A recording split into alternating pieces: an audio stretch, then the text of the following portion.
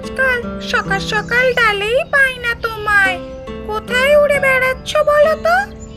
আহা চড়ুই, বয়স হয়েছে ভাই, এখন আর আগের মতো সকাল হতেই ছুটতে পারি না।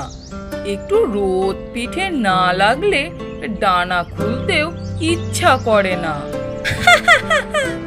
তুমি তো দেখে এখন পুরো বৃদ্ধ পাখি।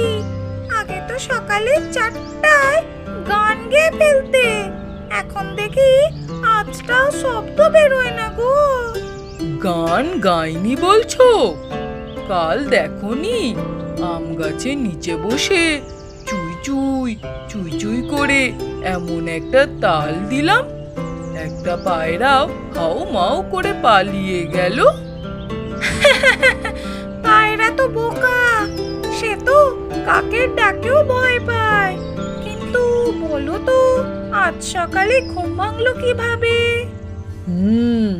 জানালার পাশে ওই খোকাটা না এমন ভাবে চিৎকার করে বলছিল, মা পাখিগুলো আবার রুটি খেয়ে নিচ্ছে। ভাবলাম এই বাচ্চাটা কে রে বাবা, রুটির জন্য পাখির সঙ্গে প্রতিযোগিতা করছে। আমি তো রুটির গন্ধ পেয়ে জানালার গ্রিলেই ছিলাম। হঠাৎ দেখি তার মা এসে বলছে, যদি খাও না তাহলে ওই চড়ুইটা সব নিয়ে যাবে। এই কথা শুনে ভাবলাম, আহারে, নাম করেই বকা খাচ্ছি। এখন তো বুঝি আমাদের খ্যাতি গ্রামে শহরে ছড়িয়ে পড়েছে। চড়ুই ও দোয়েল রুটির ভয়াল জুটি। তাই তো, চলো আজ একটু অন্য জায়গায় খাই। ওই নতুন বিল্ডিং এর ছাদে কেউ থাকে না, আর ওখানে একজন প্রতিদিন মুড়ি আর বিস্কুট শুকাতে দেয়।